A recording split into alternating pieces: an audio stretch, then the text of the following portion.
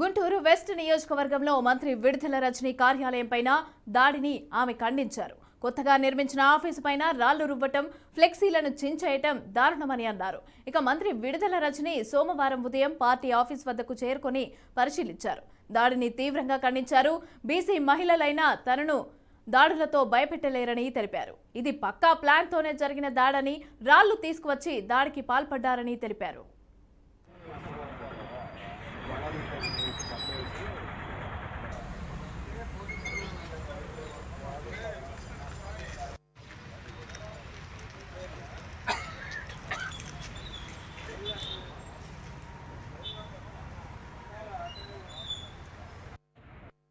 ఒక pre plan దాడిని మా పార్టీ ఆఫీస్ మీద ప్లాన్ చేసినట్టు కనిపిస్తూ ఉంది.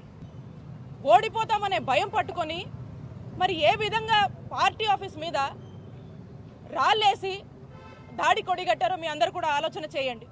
మరి ఇలాంటి ప్రజలు అధికారంలోకి వస్తే ఏమవుతుందో ఒకసారి ఇక్కడ ఉన్నటువంటి సామాన్య ప్రజలు, గుంటూరు ప్రజలందరూ కూడా ఒకసారి ఆలోచన చేయవలసిందిగా కోరుతా ఉన్నాను. ఖచ్చితంగా దీని వెనకాల ఎవరున్నా కూడా వదిలిపెట్టము.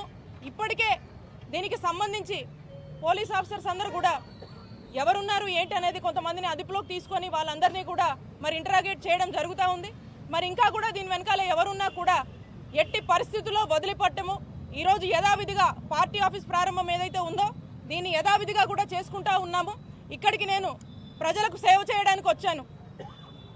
ప్రజల మద్దతు, ప్రజల ఆశీస్సులు మాతో ఉన్నంత వరకు ఇలాంటి ఎన్ని దాడులైనా కూడా ఖచ్చితంగా ఎదుర్కొంటాం.